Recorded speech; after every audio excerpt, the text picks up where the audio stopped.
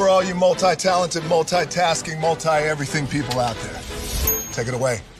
Find your glory, write your story, fearless feet will carry you. Time you own it, take your moment, be a fire burning through. Hustling from night until morning, grinding it out, it won't be long. Feel your power, it's your hour, you inspire, you are strong. Enjoy your Zoa.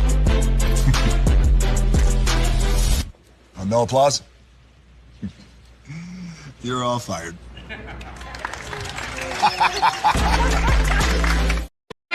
Hey, good morning, America.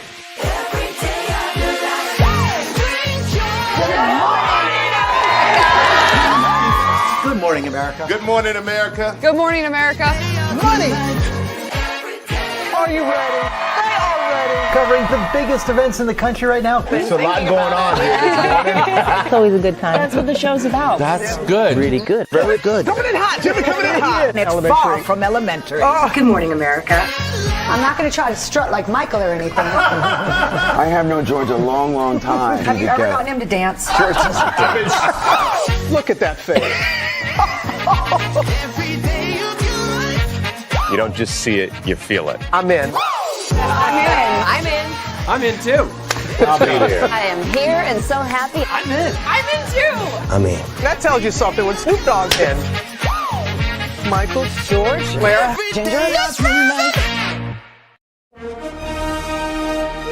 Prepare for a journey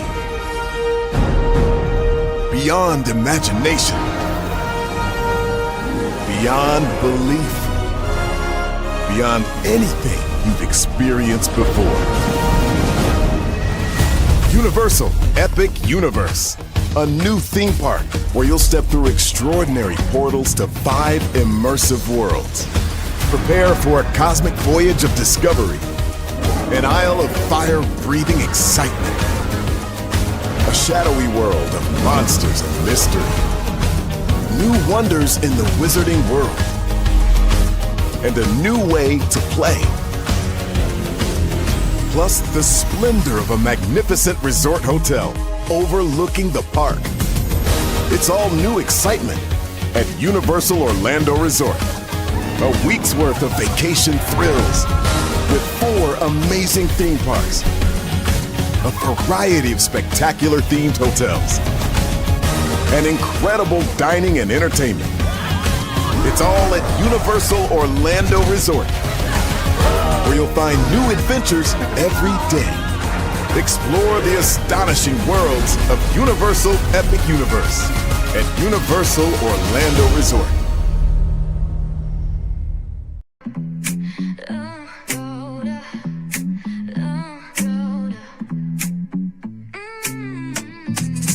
Lights go low, the city goes high. Stories untold under moonlit skies. Pray lonely, got the vibe, got the flow for the culture. Yeah, you already know. Turn it up, lean back, feel the breeze. Late night truths drifting through the trees. It's for the culture, by the culture. Pray lonely's got the soul to show ya. Breaking it down, lifting it higher. Feel the rhythm, spark the fire. Headlines flip with a soulful twist. Behind the scenes where the magic sits. It's the heartbeat of the now and the then, where the story starts and never ends. Tune in, lean and feel the groove.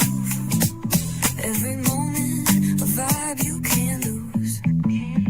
It's for the culture, by the culture. Pray lonely's got the soul to show ya. Breaking it down, lifting it higher. Feel the rhythm, spark the fire.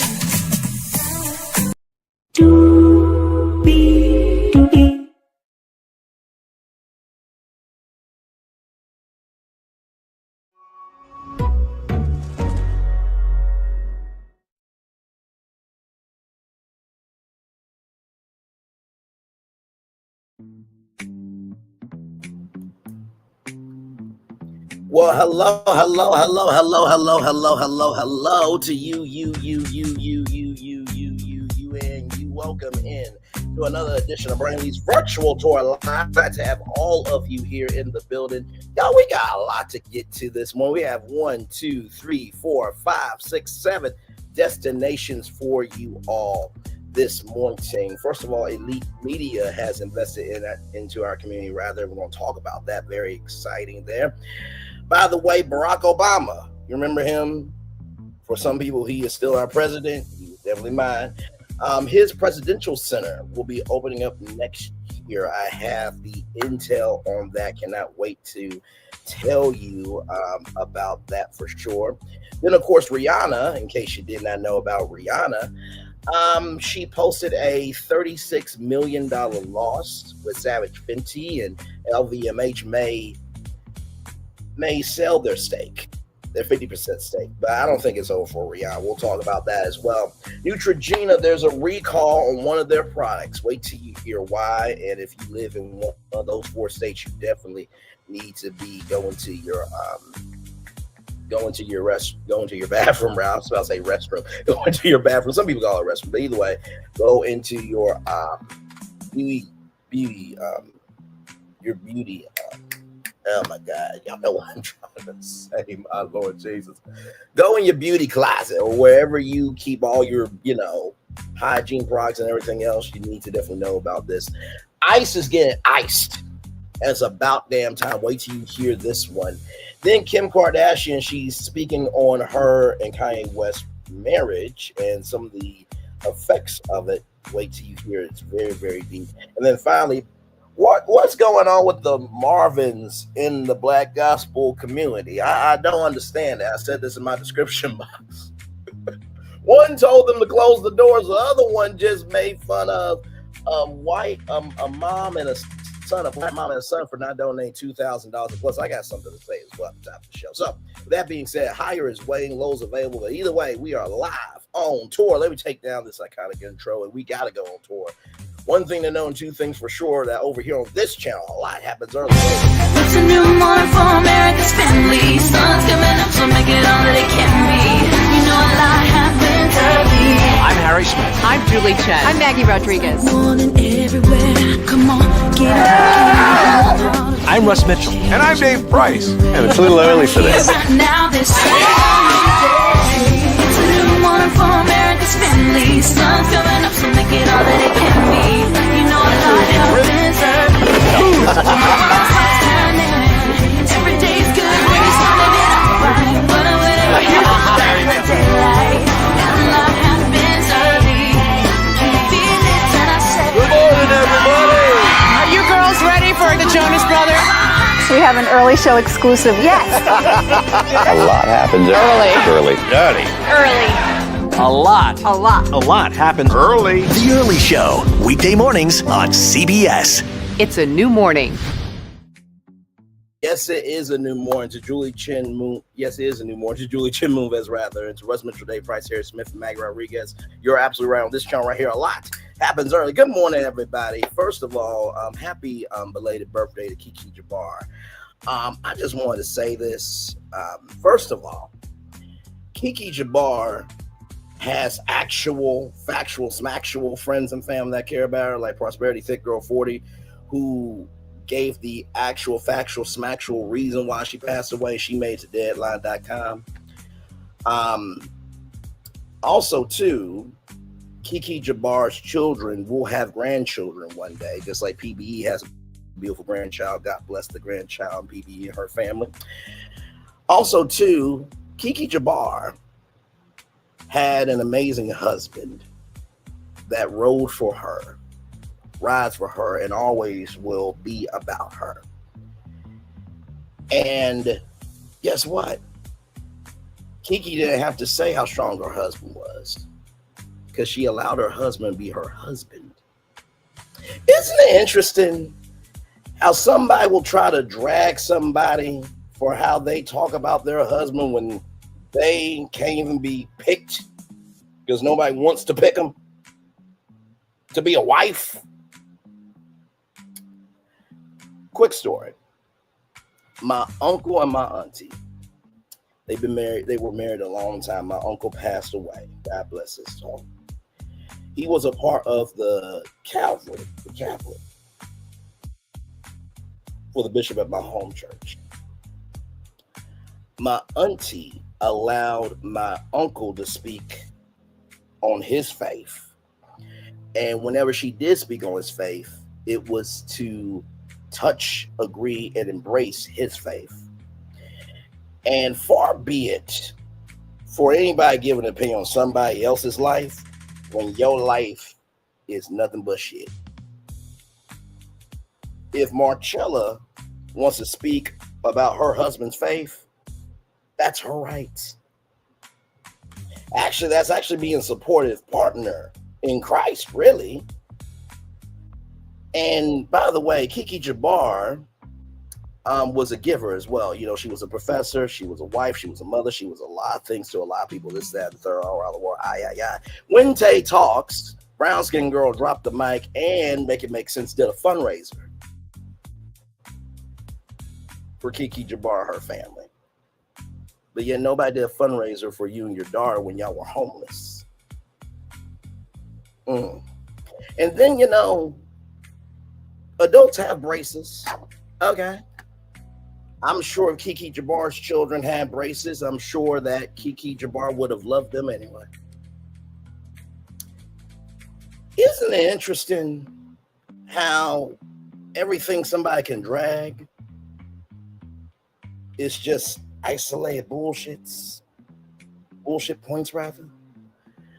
Now, I say all this to say, Kiki Jabbar has a mother that actually wanted her and not a boy. Kiki Jabbar never uploaded her children crying on YouTube and then complained that somebody else uploaded it. And Kiki Jabbar's children is educated because I believe Kiki and Akbar's son got a full ride scholarship for football. But your child believes that California's in Mexico. Y'all, if you got somebody who is always being a dumbass, and you got somebody who's really moving in lies in real life, but they virtually call themselves seeking truth, and if you got anybody, a lady, a gentleman, teenager, whatever the hell in their role going off about this, that, and the third, but yet their life is shit, just know that they are hyping up the devil that's calling out other devils, but they are not seeing that they're their own devil. And I'll land with this. Kiki Jabbar was never none of the things I just said. For a whole year, I hashtag rest in peace Kiki in every live stream. How you really care about somebody is how you move, not how much you talk about them.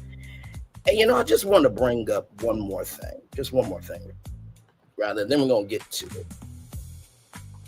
The numbers don't lie. The numbers don't lie. The numbers don't lie. Caramel Rel, subscriber count, 19,300 subscribers versus Misdiagnosis, 13,100 subscribers. Total view count, 12,029,840 total views versus 823,338 total views. Grand total, a difference of 6,200 subscribers and a difference of 11,206,502 total views.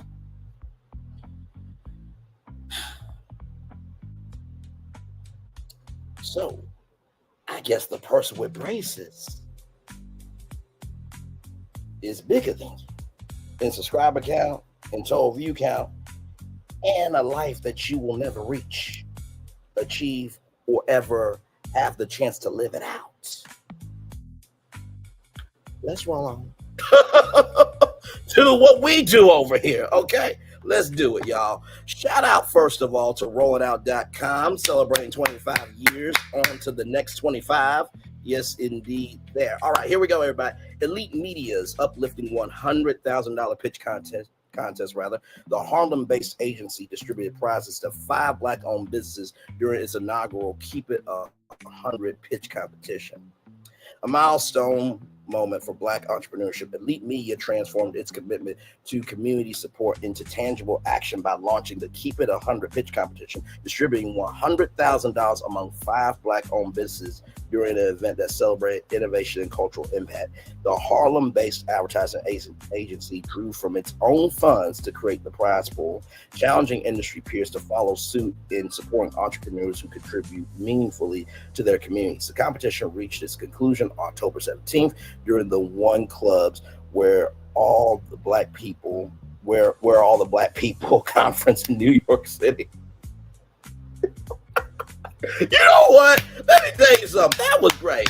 Where are all the Black people conference? What is this conference about? Where are all the Black people?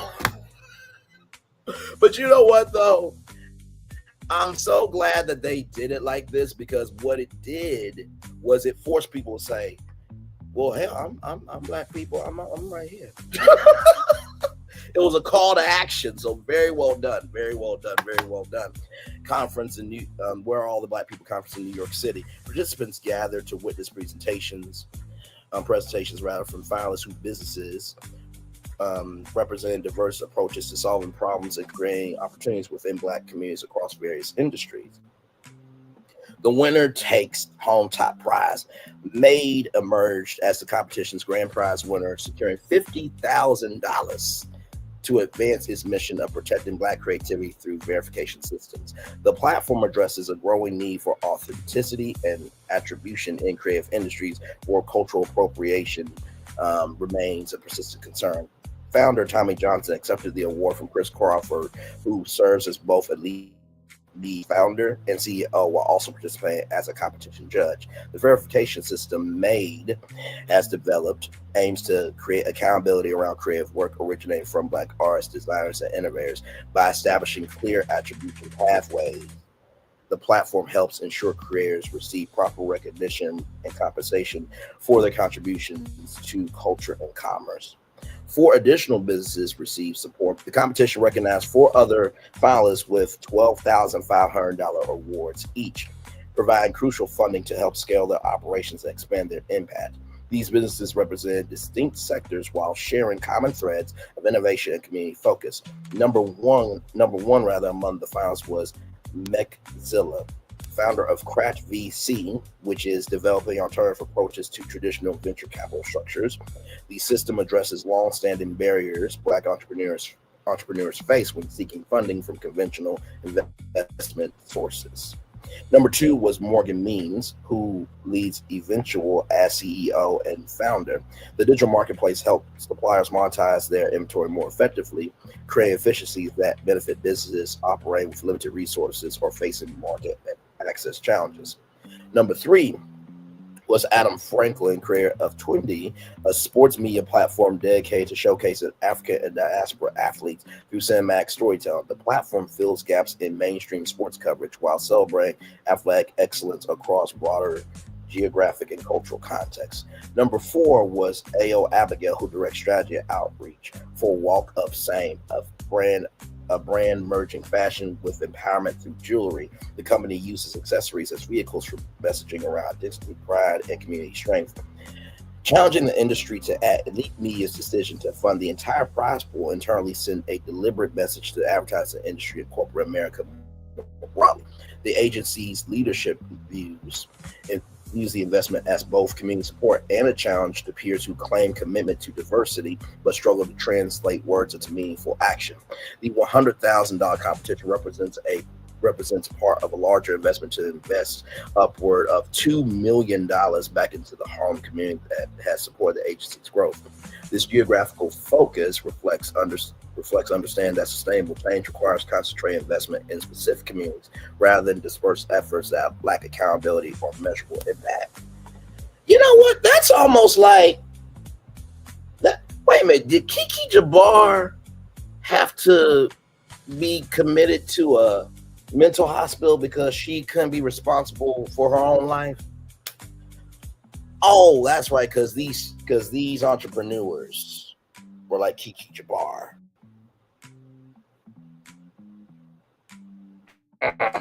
Let's roll on, child.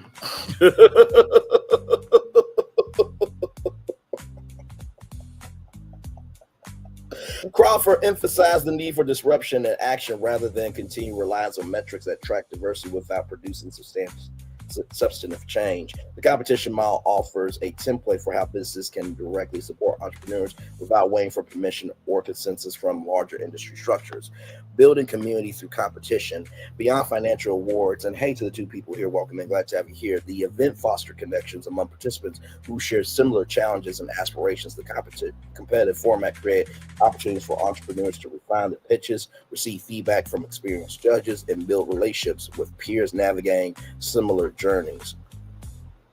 Crawford noted how the audacity and ambition displayed by all contestants reflected the broader potential within Black entrepreneurial communities rather than positioning finalists against each other in ways that diminish their individual achievements. The competition structure celebrated each participant's vision while recognizing those whose presentations were most effectively communicated their concepts and potential impact. The path forward for winners. As recipients deploy their prize money toward business growth, their progress will demonstrate whether this model of direct investment produces the outcomes elite media visions. The agency's commitment extends beyond initial funding, as ongoing relationships with the winners could provide mentorship, industry connections, and future opportunities that can amplify the competition's immediate financial impact. Well, first of all, congratulations to Elite Media for making it do what it do. I think that is absolutely wonderful. And to be real with y'all, the only way we will ever get better in life is by how we invest in people. You have never heard of an industry growing without investing. You've never heard an industry growing without investment. You have never heard of an industry growing without investing in people. And to be real with you, I think what we have to really understand, recognize, and embrace is that we need each other. Now, not all skin folk are kinfolk. Okay? Each race said, I'm rooting for everybody Black. No, I'm rooting for everybody Black that deserves it. If we don't have standards or requirements as a people, then we will get anything and not get something. When we just accept anything, we will get anything. When we accept anything, we will receive anything. Okay? So congratulations. I'm trying to find Elite Media because I want to give them some shine this morning.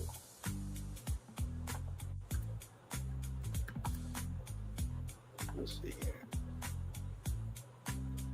Okay, so here is Elite Media right here. This is their IG. We are an independent, Black-owned, woman-led creative agency that is hungry for different and reflects the new general market. So here it is here.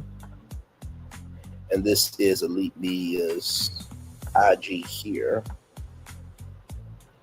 And so there it is there, $50,000. Look at that right there. That's amazing.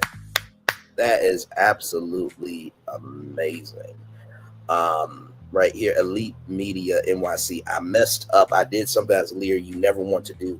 I failed to acknowledge the most valuable player or team member that worked tirelessly to create a successful launch for our Keep It 100 pitch competition. Lamarus one hustled, fought through illness, challenging colleagues and the odds to make sure that a rift turned into a celebration of our community's possibilities. I cringe at LaGloria at the idea of you doing the work, saying front row and your colleague leaving your name out the credits. So if you see this post 100 times and even someone paid boosting behind it, is because I'm chasing the odds. I failed to highlight LaGloria's contributions to great work. LaGloria, keep pushing. Although the blunder was that bad, the effort to impact our community for the better was that good. Thanks to all the Keeping It 100 judges who sacrificed your time to give people a positive experience. Congratulations to Tommy L. Johnson, founder of Made with Black Culture, for winning $50,000. Your ingenuity and creativity to challenge the status quo and provide a platform to economically empower and liberate your people is beyond inspiring, and it is exactly what we need. And a special salute to the other finalists who also took away $12,000. The next generation is full of unusual suspects, entrepreneurial creatives, and unfamiliar names that have their stuff together and are ready to lead the way, even as the industry grapples with economic turmoil and transition. It's time for the industry old heads to make space for some new blood. Our community survival might depend on talent and excellence outside the industry cliques and posse, and that's okay. Let's choose community over clique, empowerment over ego. May the great outgood each other. We have work to do. Congratulations, Chris Crawford, and well done to all of you. My Lord, that is just so impactful, and hopefully, the Keep It 100 competition grows and grows and grows, just like Serena Williams Black Ambition Prize and the many other accelerators and programs and everything in between that are for Black and MIPOC people. So shout out to that. Hey, Janelle Speaks, good to see you, my friend. I hope all is well with you. Yes, indeed, everybody. And then here is Elite Media's profile here. So they do branded content, event production, platform development, strategy, digital and print creative, cultural context. And here's their experience. They worked with American Family Insurance, Sony Pictures, Boost Mobile, U.S. Army, Jordan, ABG, American Express, Nintendo, CBS, ESPN, Nickelodeon, and the General Insurance. Not too bad. Let's watch this video.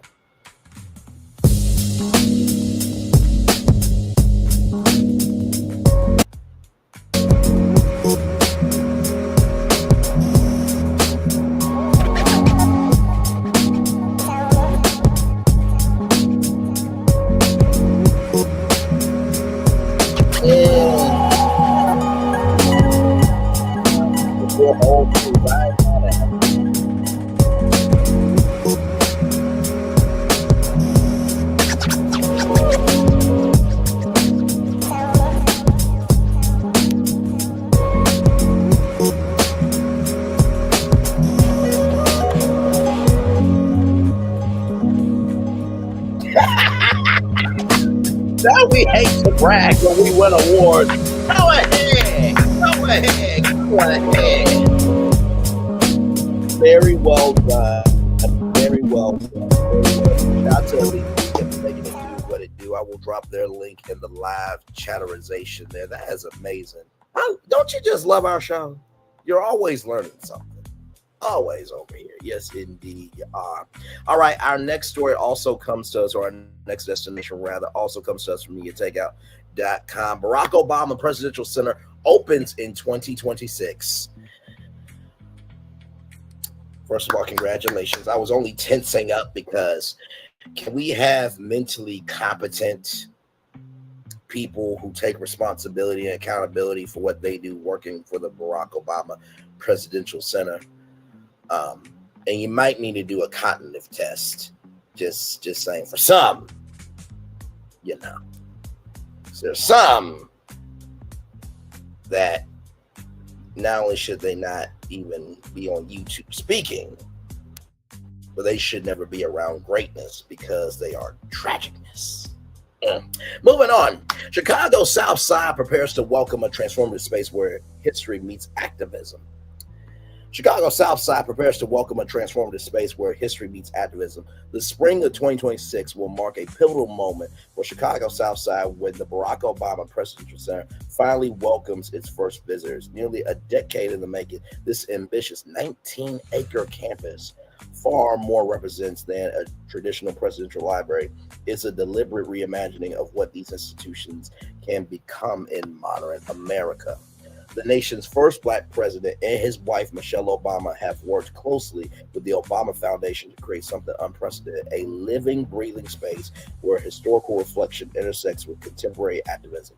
Unlike the quiet archives that typically house presidential papers, this center positions itself as an active participant in shaping the future rather than merely preserving the past. The architect of hope. The sprawling campus emerges from Jackson Park with striking architectural ambition designed by Todd Williams and Billy Tisson. The complex compromises of three main structures: a museum tower, a forum building, and a library. The museum's exterior walls bears words from the former president's speech at the 50th anniversary commemoration of the Selma March, etching the civil rights movement's unfinished business onto the building's very foundation. Recent virtual tours released by the Obama Foundation reveal meticulously planned exhibition spaces that chronicle the Obama administration's 8 years while contextualizing them within America's broader struggle for equality.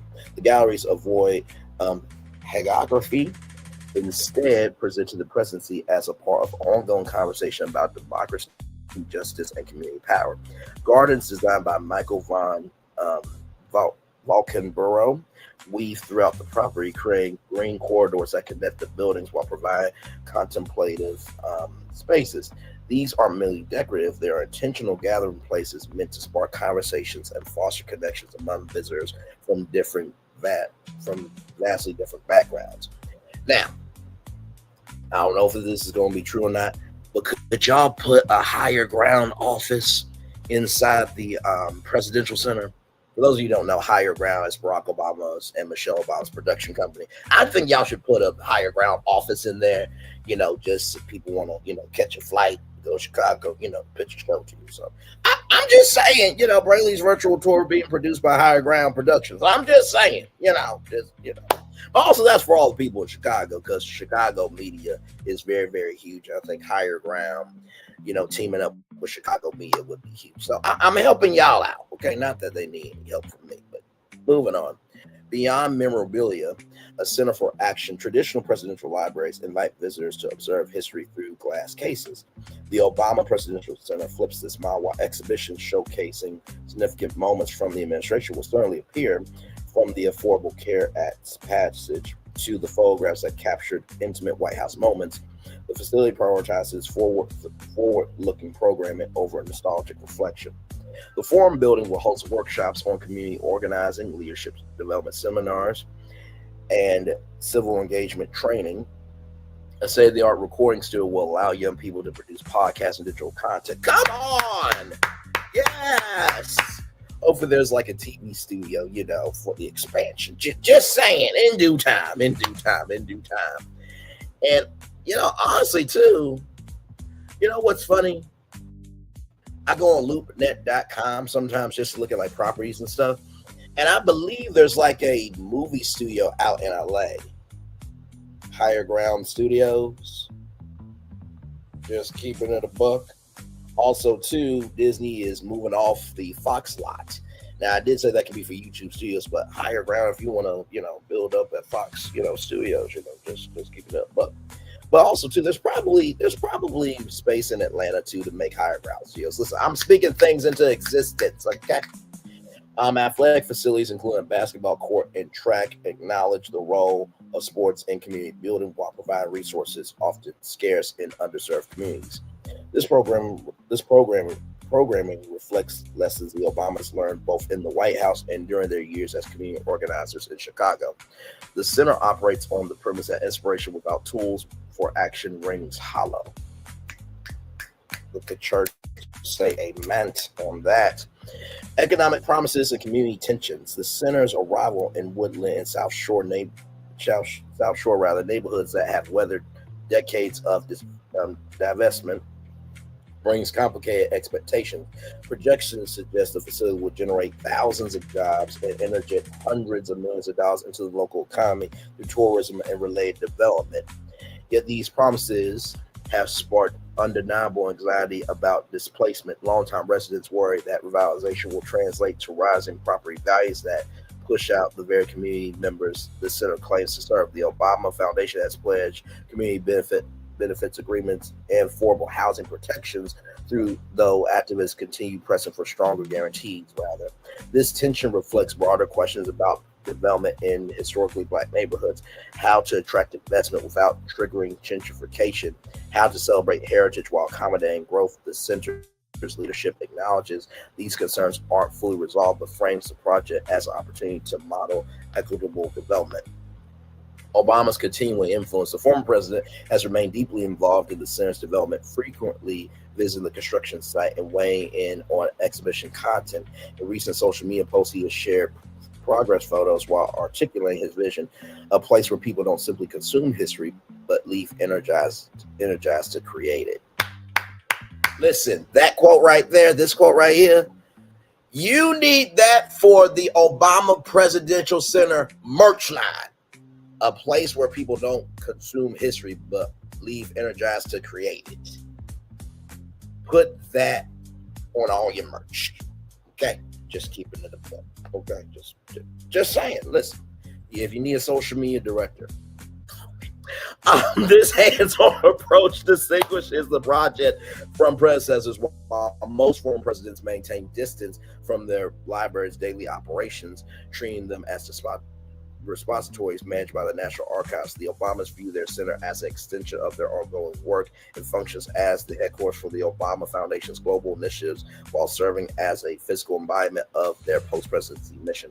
A new model takes shape as opening day approaches. The center's broader significance becomes clear. Breaking from the presidential library model established over decades, it offers a template for how these institutions might evolve. Rather than monuments to individual accomplishment, they can become catalysts for continued civic engagement. Whether this ambitious vision succeeds remains uncertain. Can a museum truly inspire sustained activism? Will economic benefits reach existing residents or primarily attract outsiders? Can any single institution address systematic inequities? These questions won't be answered when the doors open in 2026, but in positioning a presidential center as a participant in ongoing struggles rather than a monument to past victories, the Obamas have created something genuinely experimental. Southside Chicago and the nation watching will soon discover whether that experiment delivers on its transformative promises. So, this is the thing, right? When it comes to the Barack Obama Presidential Center, can a museum truly inspire sustained activism? Well, I'll put it to you like this. Central High School is still standing as a working high school where 9 Black children went into school. So there could be a Barack Obama Presidential Library. There are other cultural institutions that are still here that have been around for a very long time. And when we talk about sustained activism, we're not talking about being on the ground every day. We're talking about the diversification, the accessibility of how we can make a difference. So from that aspect, I fully agree that can happen. Will economic benefits reach existing residents or primarily attract outsiders? Both. Now, here's the thing. The last time that Chicago really had any motion, and this is no disrespect to Chicago, in the world of sports, it was Michael Jordan and the Chicago Bulls. In the world of media, it was Oprah Winfrey. This is going to put Chicago in the political sphere. Media, sports, politics. The 3 big cultural sectors that bring everybody together.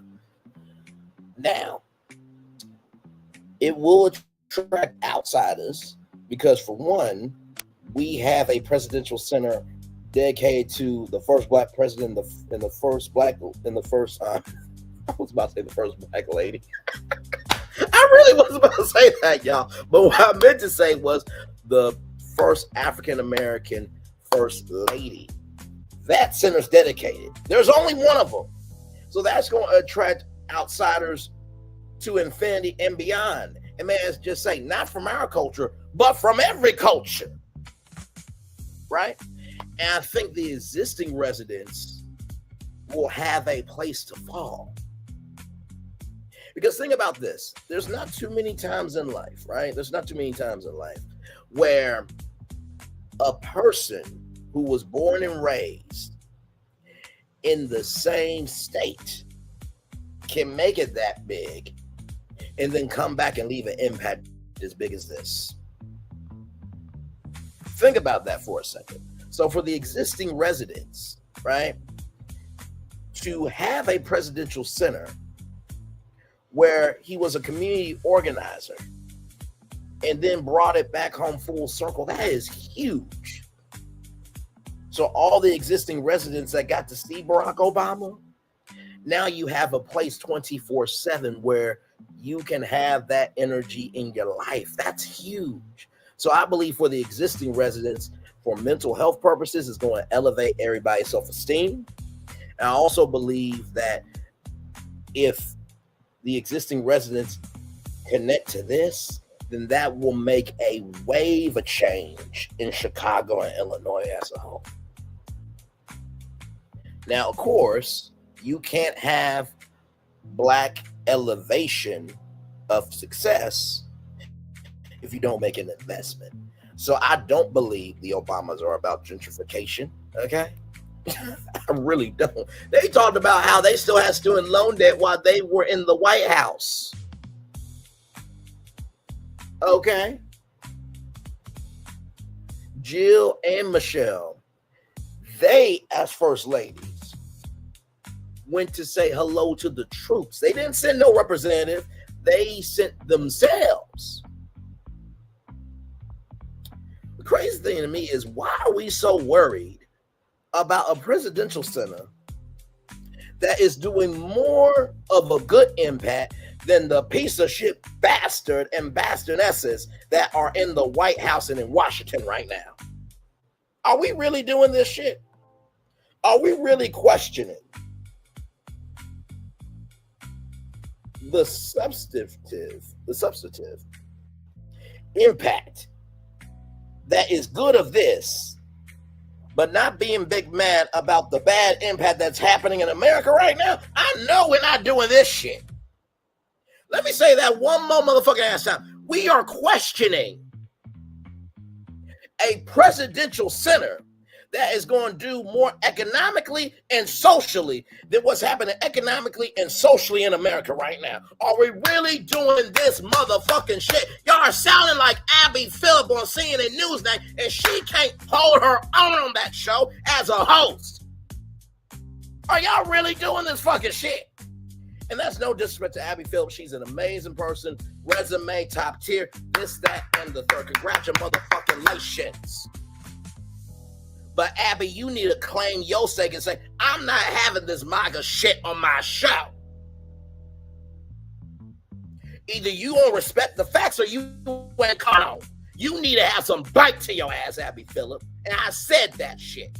Now, that's way different than what Stephen A. Smith did to Jasmine Crockett. If you're going to call somebody out, call them up to be better. But what we're not going to do as a culture is call up the Obamas to be better. And we got a piece of shit bastard that ain't nobody calling out. Let me say it two more times. What we're not going to do is call out the Obamas and call up the Obamas to be better, when we're not calling up and calling out a bastard in the White House. We're not going to call out and call up the Obamas to be better when we got a bastard that nobody's calling out and calling up on their bullshit. The administration and their fucking supporters. That's what the fuck we're not going to do.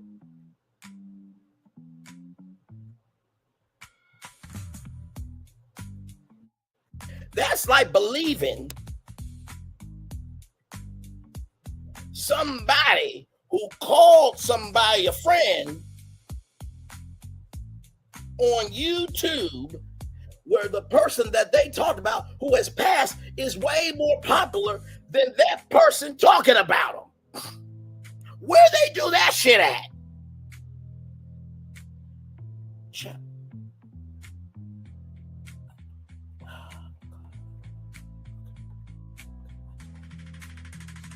Here's how some of y'all are acting. It's not just feeding the hungry only on Thanksgiving. It's an everyday situation. You know what I mean? This is 265 days a year.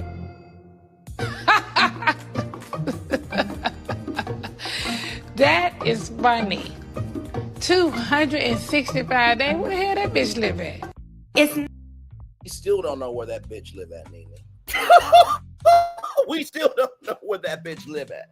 But I can tell you this much, though. That bitch is over in her own imagination, right? But the person that she's talking about made a bigger impact than the imagination that she's broadcasting on her channel that nobody gives a fuck about. That's where that bitch live at. And I said, bitch. Bitch!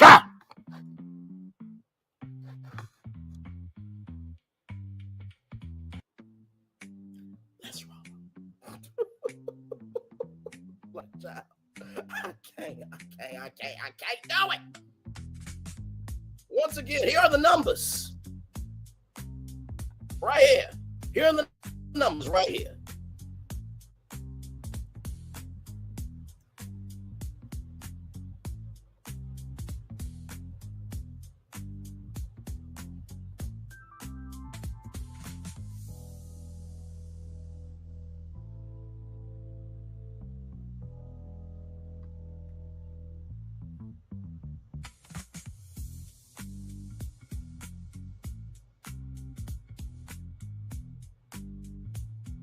You know what this represents? Caramel Rail is the Obama Presidential Center. And misdiagnosis is Trump.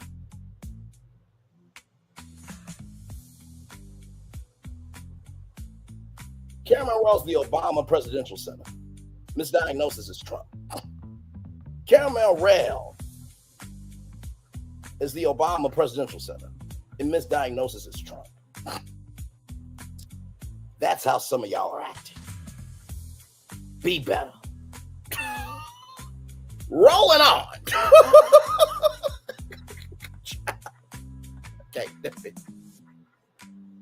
I can't do it. All right, y'all. Here it is, y'all. Another store, another destination for media take it from not media take out, y'all. Rollingout.com. Okay. Rihanna's costly fashion gamble with LVMH ends in loss. The superstar's luxury venture reveals high fashion's unforgiving nature.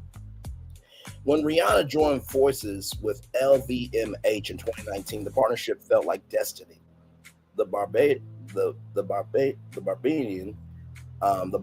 megastar, had already conquered music and beauty, so high fashion seemed like the next logical frontier. Instead, the collaboration became an expensive legacy, leaving the entrepreneur with a staggering $36 million loss. The ready-to-wear label called Fenty, operating under Project Loud France, a nod to her 2010 album Loud, marked a groundbreaking moment. She became the first woman to launch an original brand with the French luxury giant and the first woman of color to helm a LVMH house. Both parties invested heavily, with Rihanna putting in roughly 30 million euros, while LVMH matched that amount. An ambitious entry into luxury. Unlike her wildly successful Fenty beauty line or the popular Savage X Fenty lingerie collection, this venture targeted the ultra premium market. The pricing reflected those lofty ambitions. A padded denim jacket, not a padded denim jacket. Do crazy people deserve luxury? I'm sorry. My bad. I'm so sorry. Let me roll on, y'all. So for nearly $1,000, while a corset shirt dress ran for around $810. These weren't pieces for casual shoppers. They competed directly with established luxury houses.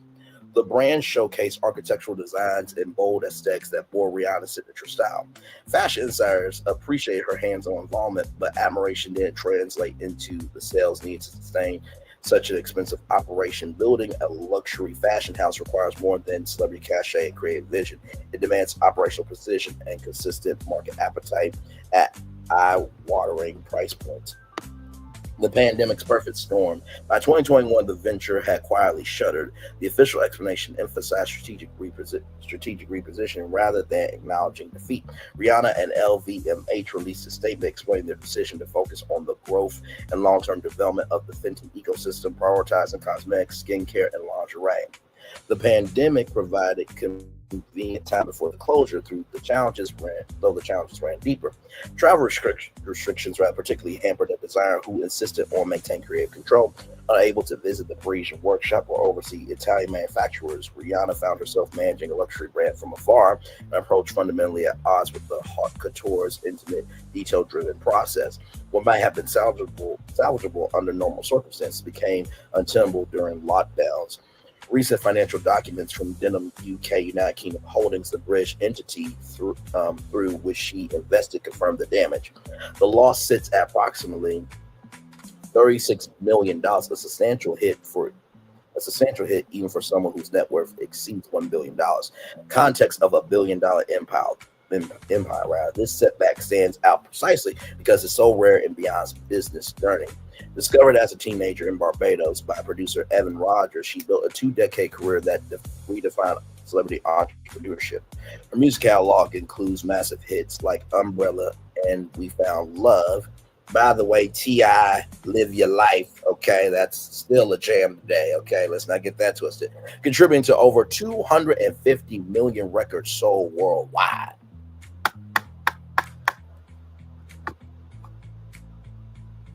Let me say it again. 250 million records sold worldwide.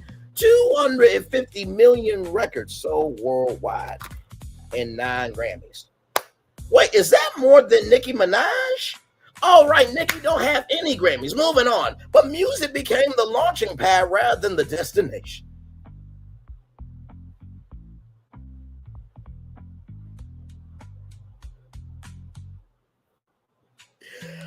Oh my God, why is Nicki Minaj's misdiagnosis his long-lost daughter? Moving on.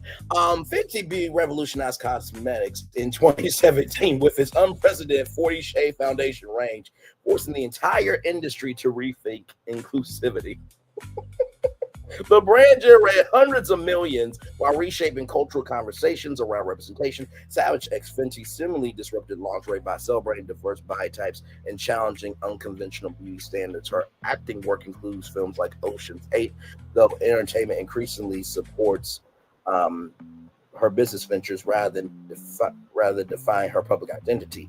She's largely stepped back from releasing music to focus on building her empire, making calculated appearances rather than chasing constant visibility. Understanding the failure. The collapse of Fenty fashion isn't unique. Celebrity clothing lines frequently fail, especially at luxury price points. The sector demands relentless creative output, flawless execution, and patient investors willing to weather years of losses before profitability arrives. LVMH's pockets of expertise couldn't overcome the fundamental challenge of establishing a new luxury house in a saturated market where heritage brands dominated.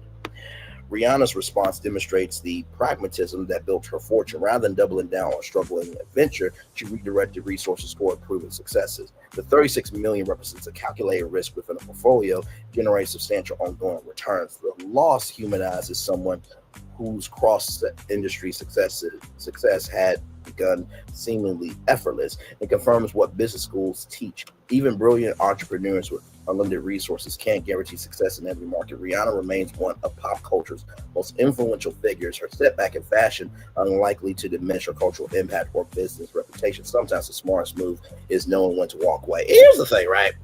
$36 million is not as bad as you think. If I'm an employee, I'd rather work for Rihanna than this.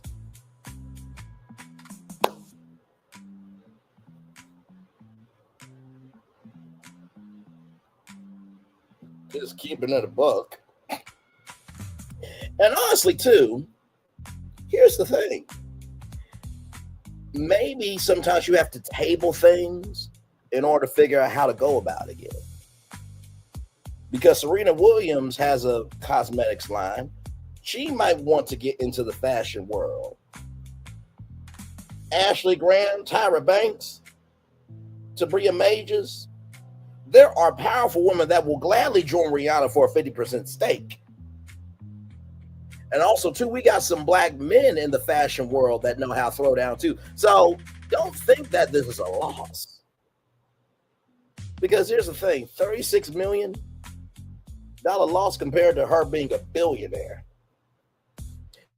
She gonna be just fine. Okay? She gonna be just fine. All right, y'all. More Brainley's virtual tour live coming up right from this place, right here and right now. Low Jesus. A lot going on this morning, okay? A lot going on this morning. Yes, indeed. Yes, indeed. Yes, indeed. Yes, indeed. All right, y'all. Now, this is something that you definitely need to know about. Neutrogena wipes, and by the way, all these stories are coming to us from rollingout.com. Neutrogena wipes are called in 4 states over harmful bacteria. I'm going to say that again. Neutrogena wipes were called in 4 states over harmful bacteria. Neutrogena wipes were called in 4 states over harmful bacteria. FDA issues Class 2 recall warning for makeup remover wipes distributed across Texas, South Carolina, Georgia, and Florida. Let me say that 2 more times, Texas, South Carolina, Georgia, and Florida. Texas, South Carolina, Georgia, and Florida. If you live in those states, there has been a Class 2 recall warning from the FDA over their makeup remover wipes. Neutrogena's makeup remover wipes have been under or are under a Class 2 recall warning for harmful bacteria. Let's get into it. So here is the makeup remover cleansing towelettes, okay? So just want you guys to know about this because, listen, my audience is male and female, okay? But to all the gentlemen out there, okay, let your daughters know, let your sisters know, let your aunties know, let your nieces know, let your grandmothers know, okay? Let your co-workers know, okay, man? To all the male makeup artists, because there are male makeup artists in the world as well, let them know. To all the female makeup artists, Glam Rocks, I know she's in Florida, so hopefully she'll know about it through this live because we do cover everything else in the culture, unlike others, but that's neither here nor there. Beauty lovers who depend on their trusty makeup wipes for their nightly skincare routine now have reason for concern. The Food and Drug Administration has issued a Class 2 recall for Neutrogena makeup remover wipes after discovering dangerous bacterial contamination that could pose serious health risks. Federal health officials sound the alarm. The recall, which I think this is a link to it. No, okay, never mind. That's just, it says here FDA cinnamon recall to 16 brands. So that's just a link to another recall. Okay. The recall affects consumers across 4 states where the contaminated wipes were distributed. Kenvue Brands LLC, Neutrogena's parent company, voluntarily initiated the recall on September 19th. 2025, following an internal investigation that uncovered the presence of plural Labister Giorgio V bacteria in Pacific Pride batches. Let's look up what this is, y'all, because y'all know we utilize information as a tool over here, okay? So here it is. So this is what it is right here. This is what it is right here, okay? So right here. So this is the overview right here. Pluribacter Georgia V is a gram-negative maltol factually anaerobic rod-shaped bacterium. P. gingivae is of special interest to the cosmetic industry as it displays resistance to parabens, a common antimicrobial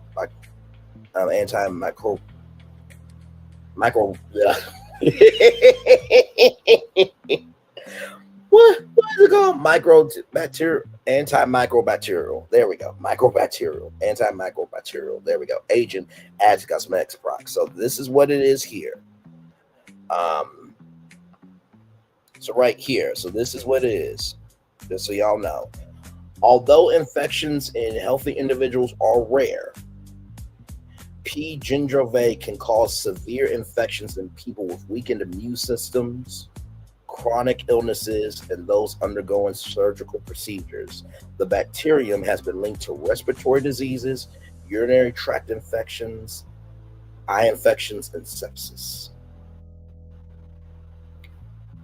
Now, like I said, I'm saying this to inform you. This is not to scare you.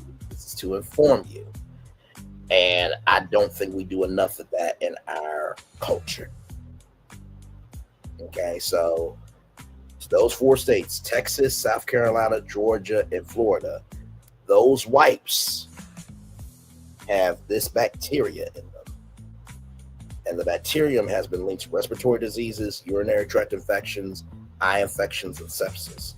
Respiratory diseases, urinary tract infections, eye infections, and sepsis. And if you have a weakened immune system, chronic illness, or you're undergoing surgical procedures, this could be dangerous. If you have a weakened immune system, chronic illness, or you're undergoing surgical procedures, this could be dangerous. I'm saying this to inform you, not to scare you. Okay. So the recall was initiated on September 19th, 2025. September 19th, 2025, in specific product batches. This particular strain of bacteria presents unique challenges because of its remarkable resistance to preservatives typically used in personal care products. The FDA's Class 2 classification indicates these wipes could cause temporary or medically reversible adverse health effects, though the probability of serious health consequences remains relatively low. 4 states face product distribution concerns. The recall makeup wipes reach consumers in these 4 locations. Texas, multiple retail destinations received contaminated batches. So when you think of retail, think of Walmart, think of Target, even though black people ain't shopping at Target. And y'all, at this point, y'all, I'm still with y'all on Target. But this is a life or death situation. And so when that happens, fuck everything else. So think of Walmart, Target, CVS, Walgreens, okay? Even some, I believe even some gas stations, because gas stations, you know, they sell like travel sizes of, you know, medicine and stuff like that. Local grocery stores, Myers, right? So think about retail locations, okay, for Texas, South Carolina, distribution across various beauty retailers. So think of Sally's Beauty. Think of your local, you know, hair supply place, right? Try to think if there's any other big chains that are like beauty retailers. But either way, those beauty retailers, that's for South Carolina. In Georgia, consumers across the state purchase potentially harmful wipes. So these wipes were already purchased by people in Georgia. Okay. And then in Florida, widespread availability of recall products throughout the region. So these are available within the region of Florida. Okay. So that's the breakdown. The 4 states of Texas, South Carolina, Georgia, and Florida. Okay. The specific product under the recall is Neutrogena makeup remover ultra soft cleansing towelettes in both 50 count and 25 pack sizes. Specific lot number 1835U6 325A. I will say that 2 more times. 1835U6 325A. 1835U6 325A. That is the lot number for this recall. And it's in the 50 count and the 25 pack sizes. 50 count and 25 pack sizes. Consumers should immediately check their bathroom cabinets. That's what I was trying to say earlier, John. Your beauty cabinet. Thank you, rollingout.com. Because consumers should immediately check their bathroom cabinets and makeup bags for products matching this description. Okay? This is no time to, be, y'all. The reason why I am the way that I am is because I have a village that has invested in me to give a fuck about myself, people, and the world. So when I put 20 on 10, sometimes it's to say what needs to be said against wrong, but sometimes it's about saying what needs to be said to help people too. I mean, did anybody see the movie Inside Out? And every emotion was loved or beloved, rather. Well, loved and beloved, actually. Now, for Inside Out 3, that y'all do need to add passion as a character. Now, Disney Pixar, if you need a voice actor, call me. Okay, that's just a side note. Okay, health risks demand immediate attention. While P. gingival infections remain uncommon, medical experts emphasize the potential severity of complications, particularly for individuals with compromised immune systems. The bacteria has been associated with multiple serious health conditions that require prompt medical attention. Respiratory diseases top the list of concerns, as the bacteria can cause significant breathing difficulties and lung complications.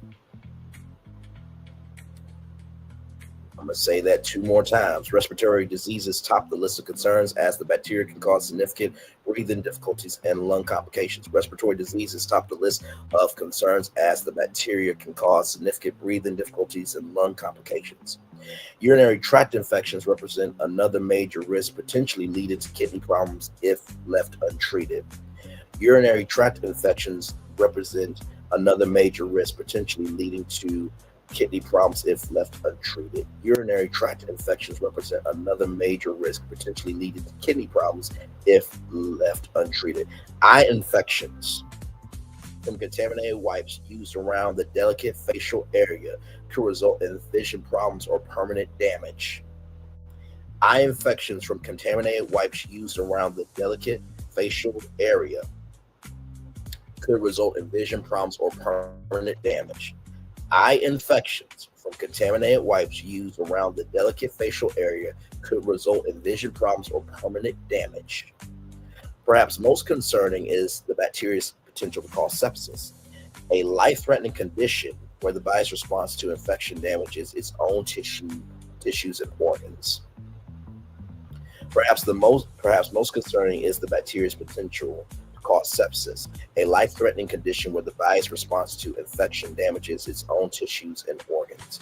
Perhaps most concerning is the bacteria's potential to cause sepsis, a life-threatening condition where the body's response to infection damages its own tissues and organs. Okay. Like I said, this is not to scare you. This is to alert you. All we got is each other. This medical emergency requires immediate hospitalization and intensive treatment. Consumer safety takes priority. Healthcare professionals stress that anyone experiencing unusual symptoms after using these wipes should seek medical attention immediately. Early intervention, significantly improves treatment outcomes and reduces the likelihood of serious complications. The contamination discovery highlights the importance of rigorous quality control measures in personal care manufacturing. Internal company investigations revealed the bacterial presence before widespread health incidents occurred, demonstrating the value of proactive safety monitoring. Immediate action required for product owners.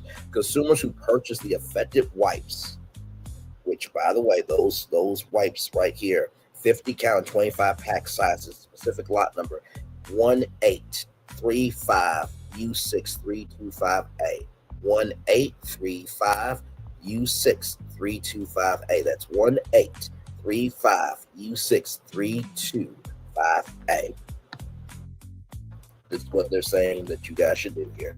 Consumers have purchased the affected wipes in Texas, South Carolina, Georgia, and Florida should stop using them immediately and dispose of the products safely. While Kenvue has not released specific return instructions, standard recall protocol typically allows customers to return contaminated products to their original place of purchase for full refunds. Anyone who has already used the recall wipes and experiences symptoms should contact their healthcare provider immediately. Medical professionals can assess potential exposure risk and recommend appropriate monitoring or treatment measures. Industry response and prevention measures. This recall serves as a reminder of the ongoing vigilance required to maintain consumer safety in the beauty industry. Personal care products undergo extensive testing, but bacterial contamination can occur during manufacturing, packaging, or storage processes. Beauty enthusiasts should regularly check FDA recall notices and manufacturer announcements to stay informed about potential safety issues, proper product storage, and attention to expiration dates, and also help minimize contamination risks. Source: Food and Drug Administration recall announcement and Kenvue Brands LLC voluntary recall notice. So that is just to alert you of what's going on. Now, hopefully Mar-Lago does not have any of these wipes. Hopefully they don't.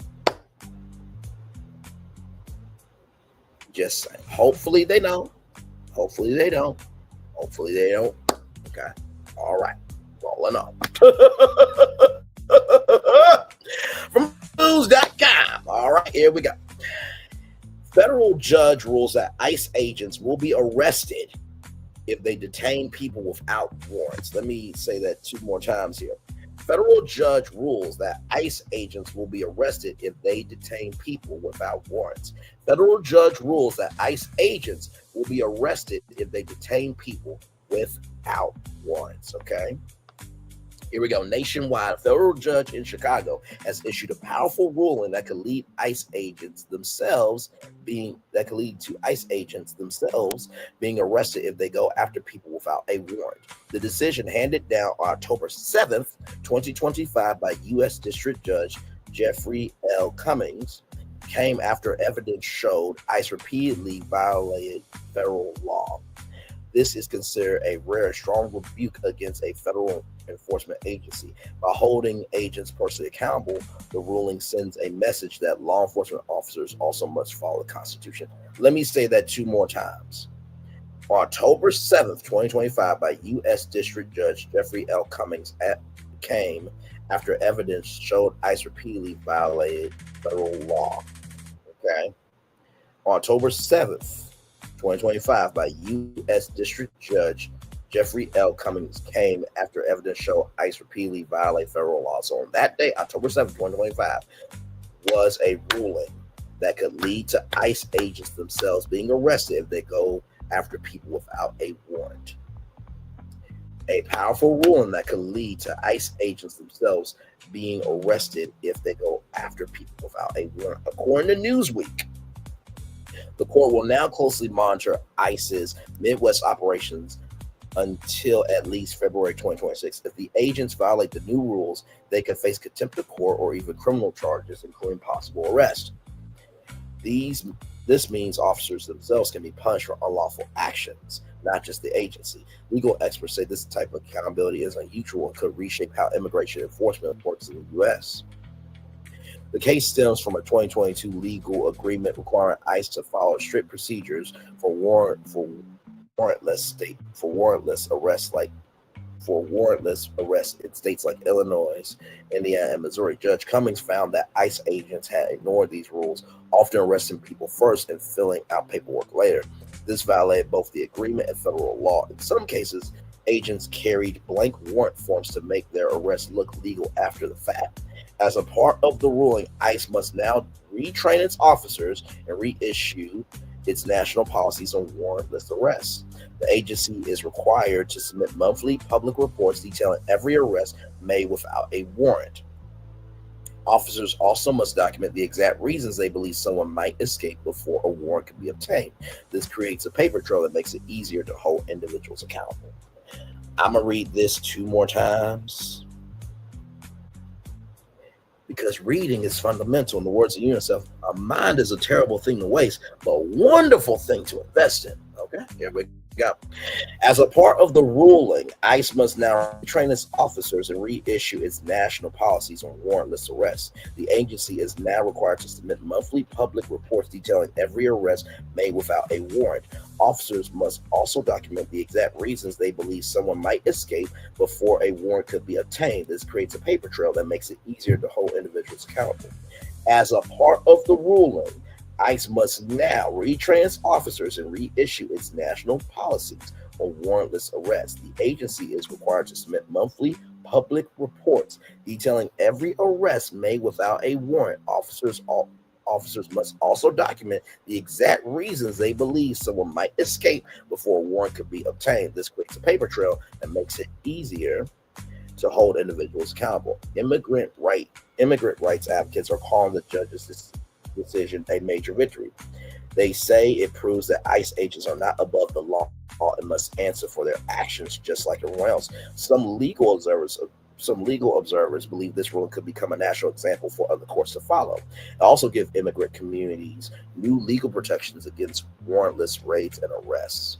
In short, the Chicago ruling has changed the game for ICE enforcement. Agents can no longer act first and justify their actions later without facing consequences. If they ignore the judge's order, they risk being arrested themselves. This marks a turning point in the fight to ensure immigration enforcement stays within the limits of the law. First of all, shout out to this judge right here. Shout out to District Judge Jeffrey L. Cummins. Let me pull up this picture so we can give this brother his credit right here.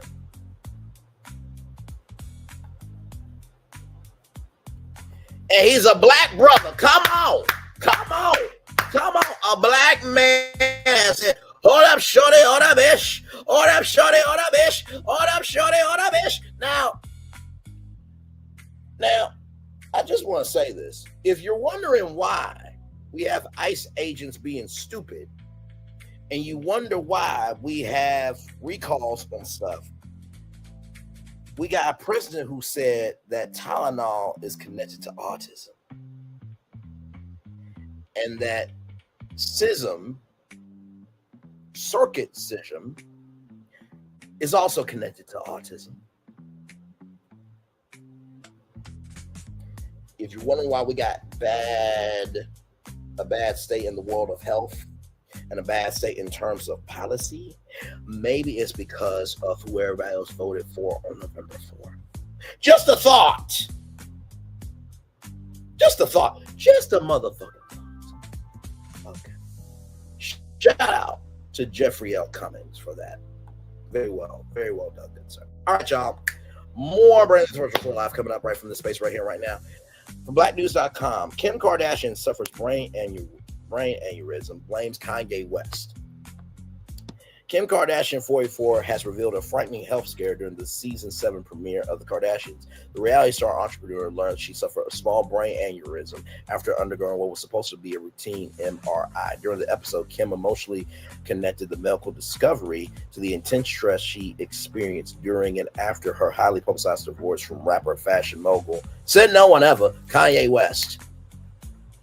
Moving on. An aneurysm is a bulge or ballooning in a blood vessel in the brain. According to the Mayo Clinic, a ruptured aneurysm can cause internal bleeding, which may quickly become life-threatening. Survivors of ruptured brain aneurysms often face a long road to recovery.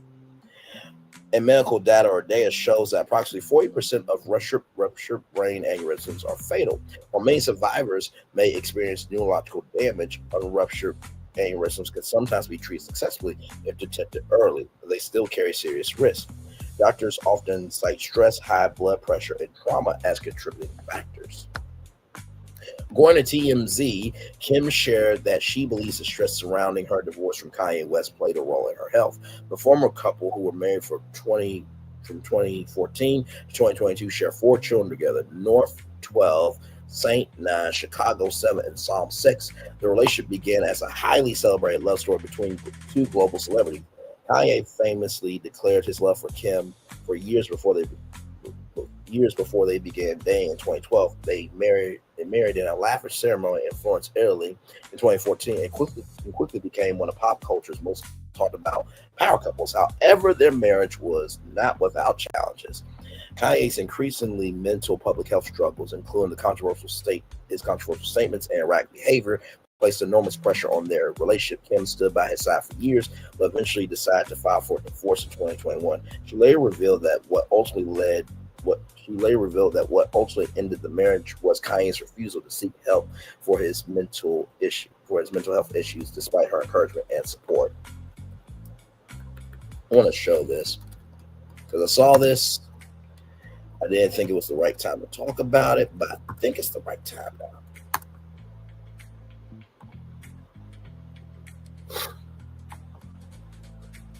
Just want to show this. Now, this was a month ago.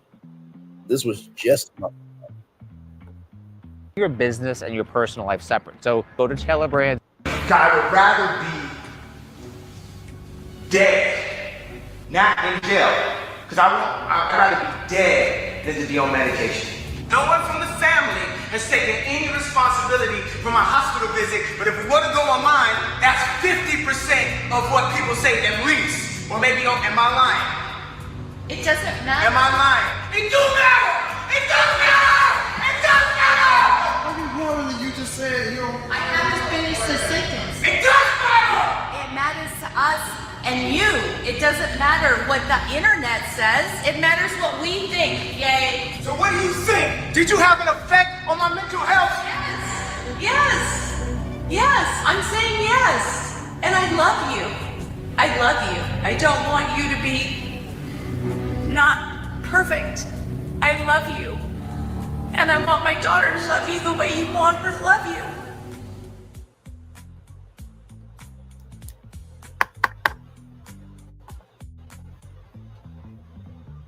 I want to bring up another clip. And yes, I'm going to bring up that specific clip, and I do not give a fuck what anyone has to say. Because he said it. He said it. He said it. Give me a moment. Life, there would have been no Kanye. My dad was too busy.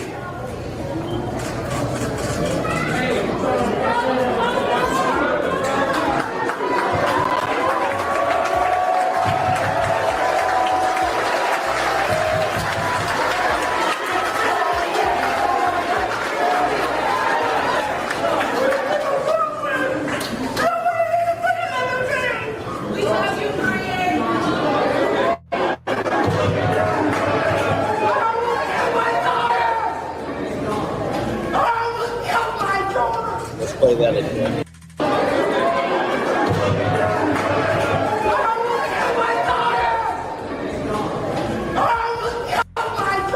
One more time.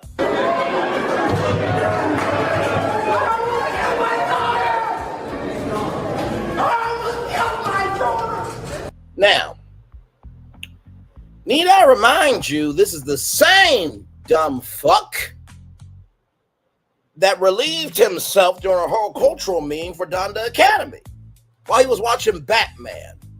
This is the same motherfucker that said, I want to shave your heads and lock you in cages to 2 children.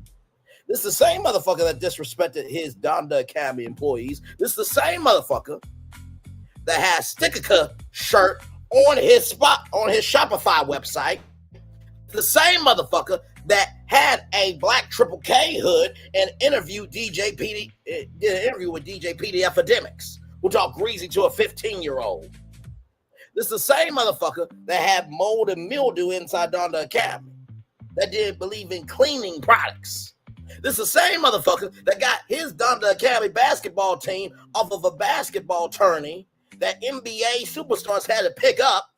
This is the same motherfucker that posted where his kids went to school.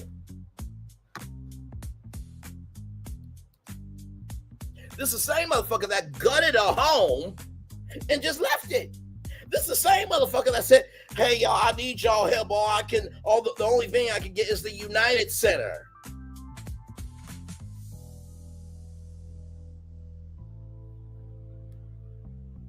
You know what? You know what? Ladies and gentlemen, breaking news, everybody. Breaking news.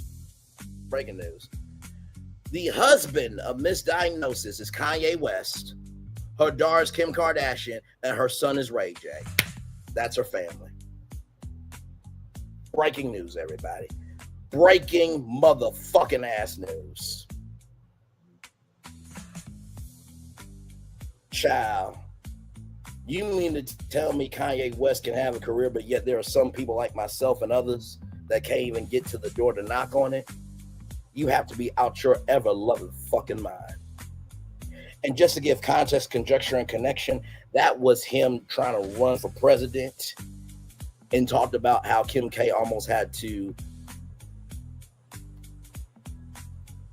Northwest.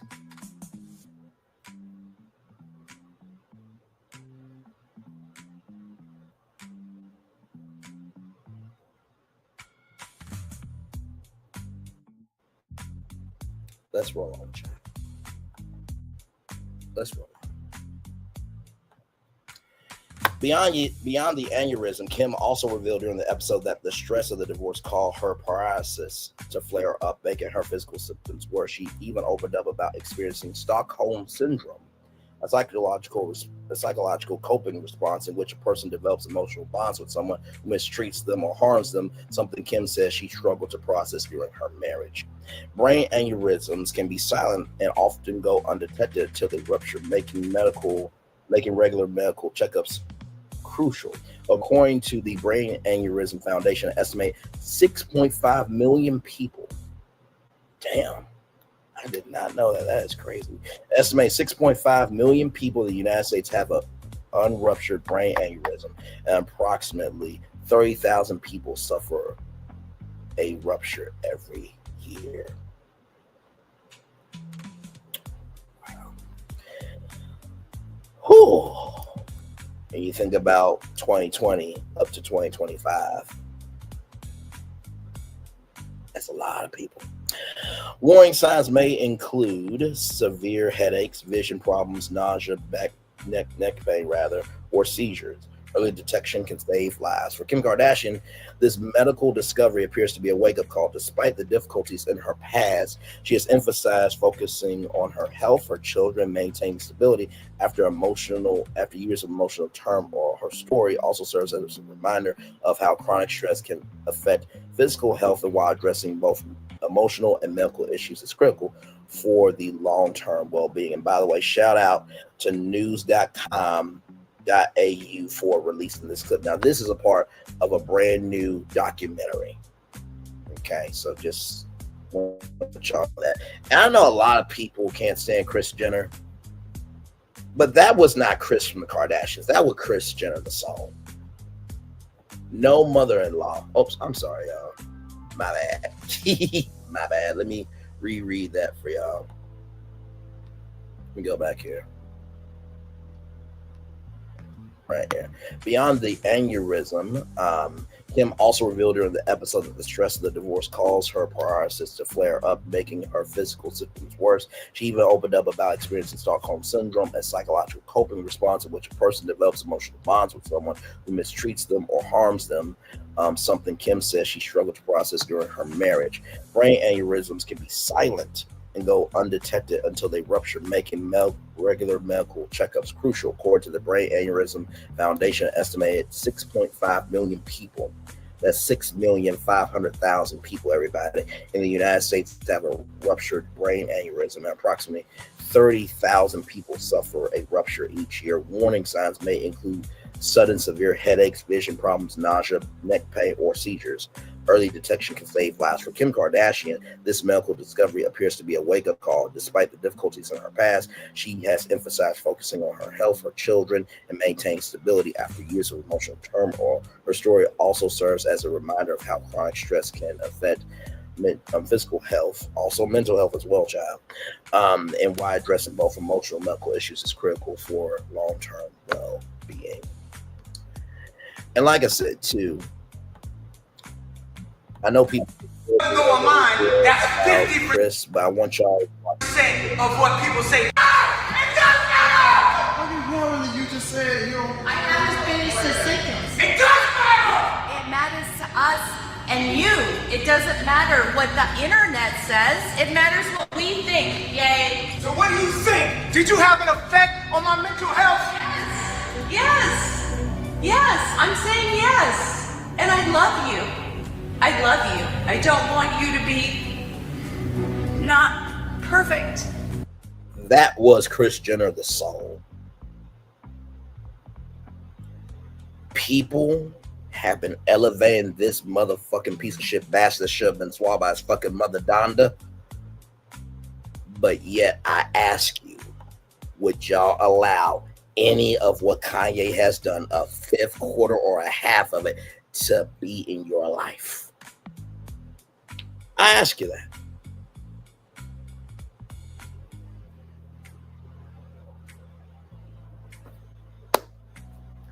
Let's roll on, child. We do have more here from rollingout.com here. Kim Kardashian, Kanye West peep video across the line. The reality star reveals how past relationships continue to shape her romantic life and the unexpected price of public scrutiny. In a candid conversation that has reignited discussions about celebrity relationships and boundaries, Kim Kardashian addressed the lingering impact of her former marriage on her ability to perform romantically. During her appearance on the Call Her Day podcast, October 15th episode, the 44-year-old media mogul did not hold back when discussing how her ex-husband Kanye West has affected her dating trajectory. The music video that crossed the line. I remember this. Skims founder specifically addressed Kanye's 2022 music video for Easy, which featured disturbing imagery targeting Pete Davidson, the Saturday Night Live comedian she dated briefly. Host Alex Cooper referred to what she called the Pete music video, prompting Kardashian to express feelings that she had been processing for some time. So for those of you who don't know, sorry, y'all. Let me read that again. Sorry, y'all. Right here from rollout.com, Kim Kardashian, Kanye West Pete video crossed the line. The reality star reveals how past relationship continues to shape her romantic life and the unexpected price of public scrutiny. In a candid conversation that has reignited discussions about celebrity relationships and boundaries, Kim Kardashian addressed the lingering impact of her former marriage on her ability to move forward romantically. During her appearance on the Call Her Day podcast, October 15th episode, the 44-year-old mogul did not hold back when discussing how her ex-husband Kanye West has affected her dating trajectory. The music video that crossed the line, the Skims founder specifically addressed Kanye West's 2022 music video for Easy, which featured disturbing imagery targeting Pete Davidson, the Saturday Night Live comedian she dated briefly. Host Alice Cooper referred to what she called the Pete music video, prompted Kardashian to express feelings she had clearly been processing for some time. So this was in claymation. For everybody who doesn't know, Robot Chicken is known for claymation. But anyway, basically it was Pete Davidson in the ground in claymation. Now, if you know about Breaking Bad, if you know about Power, or any drama series, even the Mafia, right? Gangs. What do they do when they put somebody in the ground? Exactly. Let's roll on. The visual content depicted a claymation version of Davidson being kidnapped and buried alive by the rapper.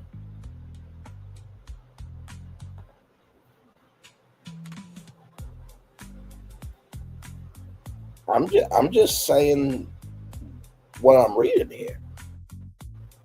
But yet there will be people who still defend Kanye West. But let the people who defend Kanye West get kidnapped and get buried alive. Let's see if they have the same opinion of Kanye West.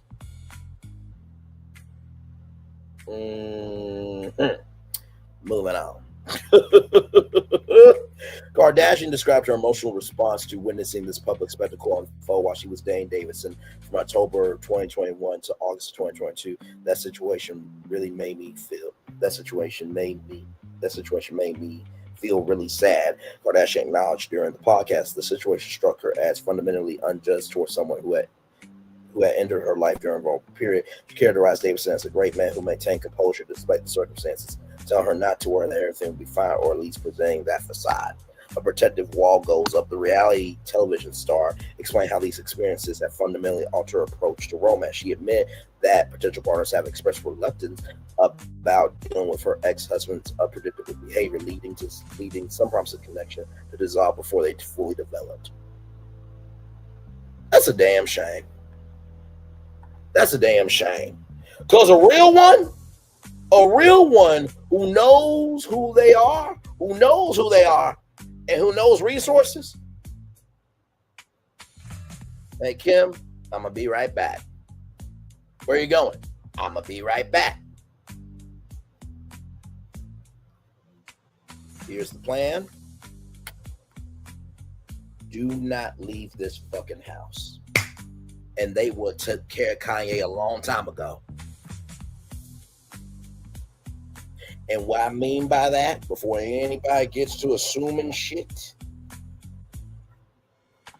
is rolling up and whooping his fucking ass on sight. So hard. You know how that track, Through the Wire, there won't be enough wires so he could get out of that shit.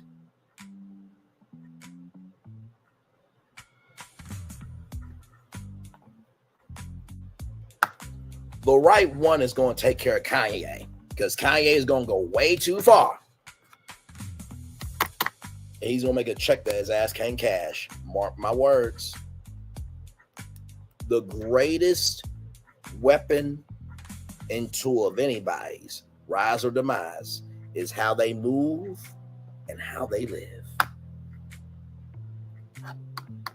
Only a matter of time, child. Kardashian describes scenarios where she would grow close with someone only to have them express hesitation about navigating the complications of her previous marriage might bring. On knowledge and the frustration this pattern has caused, she maintained an optimistic perspective that the right person will not be deterred by these challenges. The current state of affairs, despite past turbulence, Kardashian suggested that the situation has evolved into what she now considers a non-issue. She expressed belief that Kanye would probably not repeat similar behavior. Kim.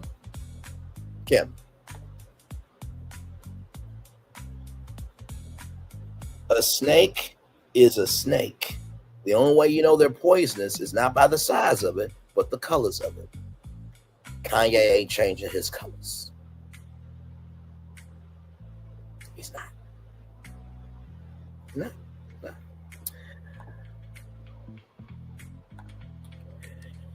Oh my Lord Jesus! Though she qualified that assessment with acknowledgement that certainty remains elusive. The former couple, married in 2014 and finalized their divorce in 2022 after Kardashian filed the previous year. They continue to co-parent 4 children: North 12, St. 9, Chicago 7, Psalm 6. Kardashian also revealed that she handles the majority of the child rearing responsibility, saying that their father has not been in contact with the children for several months. Well, you know what? Cut off his rights forever then. If you ain't giving a fuck, why should I? And before anybody say, well, kids need their father, y'all go ahead and go over and eat Milagro Graham's cooch. As long as he is a good father, fuck the baby mama and screw the child.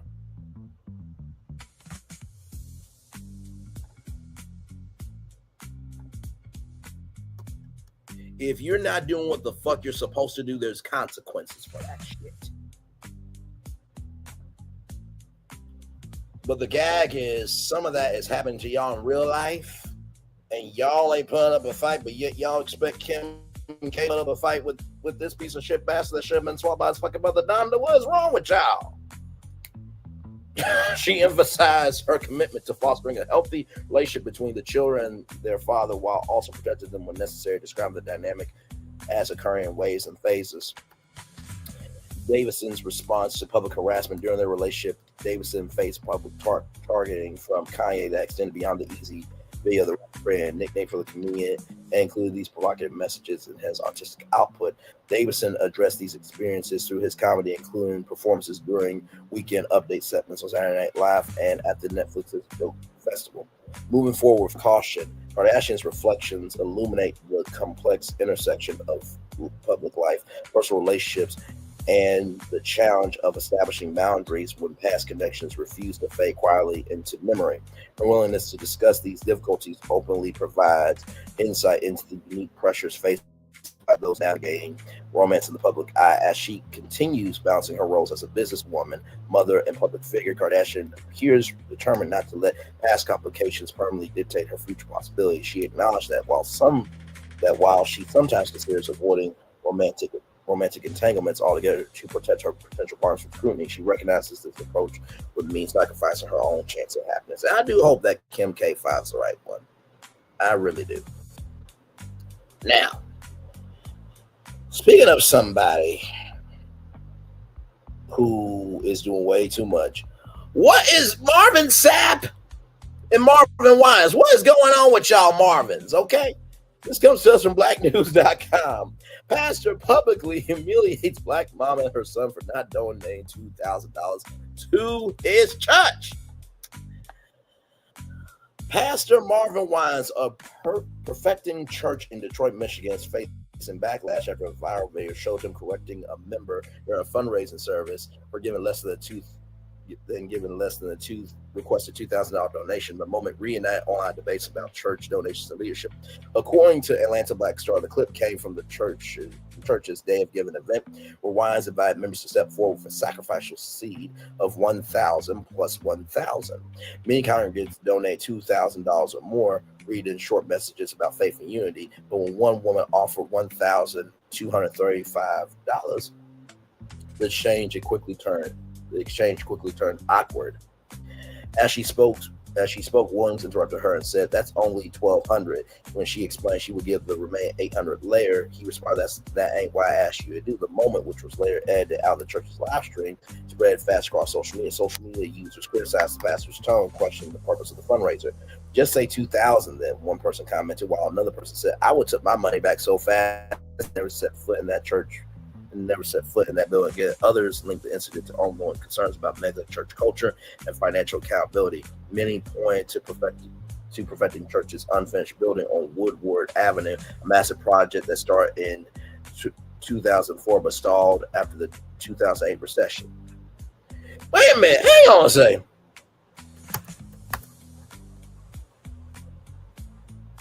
Child, are you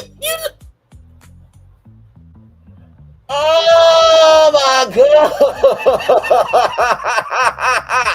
Will you mean to tell me that for 21 years? You gotta be joking me. 21 years of an unfinished building? I can't. Let's get back to this damn story. Photos of the How Bill site resurfaced online with users asking what happened to years of collected donations.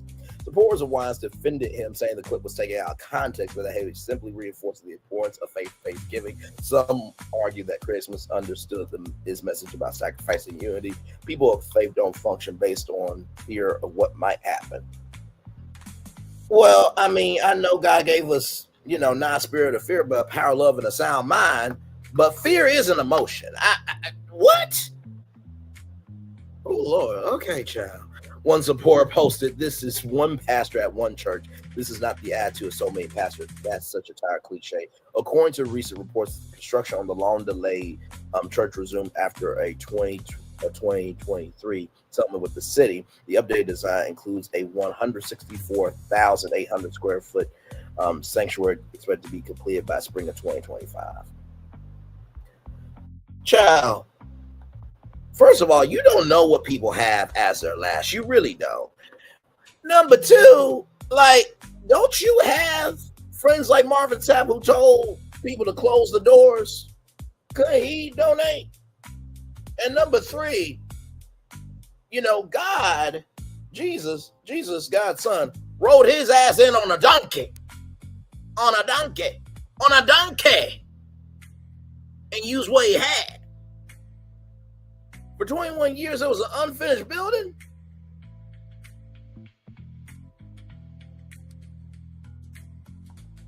Now they said that, it was a settlement. So let's do this. Still 19 years. 19 damn years of an unfinished building. Right here, sorry, y'all. 19 years of an unfinished building. And you mean to tell me that you're going to get onto a woman for not donating $2,000? Get the fuck out of here. Y'all, that's all I got for y'all today. I can't do it. I can't do it. Jesus. By the way, y'all, shout out to Karen Morrell. In case you guys do not know, there's this new crime that's going on where somebody will throw a cell phone on your car. This is no joke. Go over Karen Morrell's channel to see it, okay? Because it's very, very important information. They will throw a cell phone on top of your car with a tracking device to kidnap, to kidnap, to steal your car, to raid your place, to rob you. Child, just be careful. And also, too, here's our positive news story here. Now this is crazy right here. I just want y'all to see this. Y'all know Love and Hip Hop is a huge franchise. And as y'all know, Love and Hip Hop was on VH1, right? Love and Hip Hop Atlanta moved to MTV. Well, guess what? Love and Hip Hop Miami is coming to BET. No joke. So here it is here, y'all. Here we go. Ciao. Welcome to Miami, where the music is loud, the secrets louder. You were tricked the whole time. What's hidden, exposed. Alan was paid to be a baby daddy. What's up, you mother suckers? What's love, complicated. Mike may have another girl pregnant. What? You can turn up the bass, but you can't mute the drama. If you're gonna come for me, I'm gonna come for you. What up, Bucky? What's up? What up? Security, take the peasant. Love and Hip Hop Miami, new season, Tuesday, November 4th at 8 on BET. Child, you're wondering, how is this a positive news story? I will say this. At least we can be better than this. Amen. But just in case y'all did not know. Y'all, I'm going to turn on my camera now because we done the whole show for over an hour. Yes, we have. Y'all, what a show this morning. What a show this morning, child. Well, like I said, this has been such a show this morning. I have to tell you. First of all, to Elite Media, shout out to y'all for investing over $100,000 into Black and MIPOC businesses helping us. You know what I mean? Shout out to y'all for that. That's a blessing right there for sure. And we definitely need more platforms like Elite Media making it do what it do. The Barack Obama Community Center, not Community Center, child. The Barack Obama. I said that with so much confidence, but it is going to have a forum center, right? So that could be a community center. Either way, the Barack Obama Presidential Center is going to be amazing. I cannot wait for it. Hopefully, we will make that a live television event, something that actually is worth broadcasting on television, okay, and streaming and everything else. In addition to that, Rihanna, yeah, she got a $36 million loss, but it ain't over for Rihanna. Y'all need to quit that shit, okay? Neutrogena, those wipes in the 50 count and 25 count, okay? Get your wipes, throw them the fuck away. If you need those links, right? I put the links to every destination in my description box below, okay? So the link to that story is in the description box below. Please protect each other because all we have is each other. Amen. That ICE order that came down, thank God. Now I need every other court across the country to do that same thing to ICE, so that way ICE knows you don't run shit around here except your own existence. Okay. Kim Kardashian, praying for her, sending light, love, and support to her. And I know people feel the way that they feel, but no woman, regardless of color, background, whatever, should ever deal with somebody like Kanye West. Can we at least agree on that?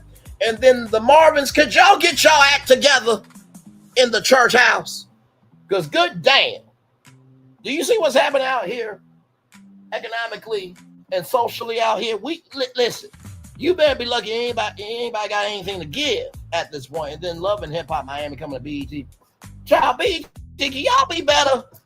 Good damn. I just, child, anyway. And like I said, happy belated birthday to Kiki Jabbar. And by the way, y'all, if somebody is talking about somebody else, check the numbers, because usually they end up being a motherfucking ass liar. Okay, let's just get that straight too. One love, much love, all love to each and every single one of you. I feel the love, and I send it right back to y'all. Have a great one. I tried to look for On Brand with Jimmy Fallon, the new episode, and it looks like it has not really come out just yet. Let me see here. Because y'all know it comes on Tuesdays at 10/9 Central, and then Fridays at 8/7 Central. I think there was an episode for Tuesday, but it hasn't come out yet. Yep, no new episode as of yet. So I'll be back on at 6 o'clock with something. But anyway, one love, much love, all love. I feel love and send it right back to you. There is the beautiful Felicia Rashad there. Much love, everybody. Peace.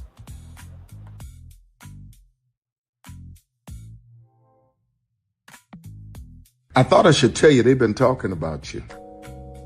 Yeah, they've been talking about you. They've been talking about the fact that they've done everything they could to stop you and everything they could to block you, but you still win. They've been talking about the fact that they have undermined your success and they have tried to sabotage your seasons, but you keep winning. They've been talking about the fact that even though they don't like each other, they get together to try to kill you, but you keep winning. They've been talking about the fact that you were voted least likely to succeed, but like cream, you keep rising to the top. They've been talking about how they tried to burn your world down, but like the phoenix, you rose from the ashes. They've been talking about you, and you know what they say? Oh, she's just lucky. He's just lucky. But no, you ain't lucky. You're anointed. You got something on you. You got favor on you. You got power on you. You were born to win. Now, they can call it luck, but it's grace. They can call it luck, but it's favor. But whatever they call it, it doesn't matter, because you know what God calls you? Do you know what God calls you? A winner. I thought I should tell you, they've been talking about you. Yeah, they've been talking about you. They've been talking about the fact that they've done everything they could to stop you and everything they could to block you, but you still win. They've been talking about the fact that they have undermined your success and they have tried to sabotage your seasons, but you keep winning. They've been talking about the fact that even though they don't like each other, they get together to try to kill you, but you keep winning. They've been talking about the fact that you were voted least likely to succeed, but like cream, you keep rising to the top. They've been talking about how they tried to burn your world down, but like the phoenix, you rose from the ashes. They've been talking about you, and you know what they say? Oh, she's just lucky. He's just lucky. But no, you ain't lucky. You're anointed. You got something on you. You got favor on you. You got power on you. You were born to win. Now, they can call it luck, but it's grace. They can call it luck, but it's favor. But whatever they call it, it doesn't matter, because you know what God calls you? Do you know what God calls you? A winner.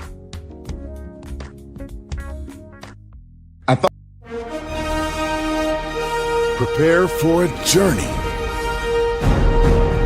beyond imagination, beyond belief, beyond anything you've experienced before.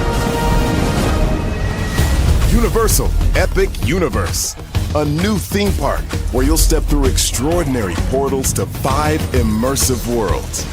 Prepare for a cosmic voyage of discovery, An aisle of fire-breathing excitement. A shadowy world of monsters and mystery. New wonders in the wizarding world. And a new way to play. Plus the splendor of a magnificent resort hotel overlooking the park. It's all new excitement at Universal Orlando Resort. A week's worth of vacation thrills with 4 amazing theme parks, a variety of spectacular themed hotels, and incredible dining and entertainment. It's all at Universal Orlando Resort, where you'll find new adventures every day. Explore the astonishing worlds of Universal Epic Universe at Universal Orlando Resort. Because here's the thing, a good streamer can find other content. Because here's the thing, a good streamer can find other content. Because here's the thing, a good streamer can find other content. Because here's the thing, a good streamer can find other content. Because here's the thing, a good streamer can find other content. Because here's the thing, a good streamer can find other content. Because here's the thing, a good streamer can find other content. Because here's the thing, a good streamer can find other content. Child relevant over there doing his thing, minding his GD business, staying out of trouble, trying to get the folks some positive stuff to talk about.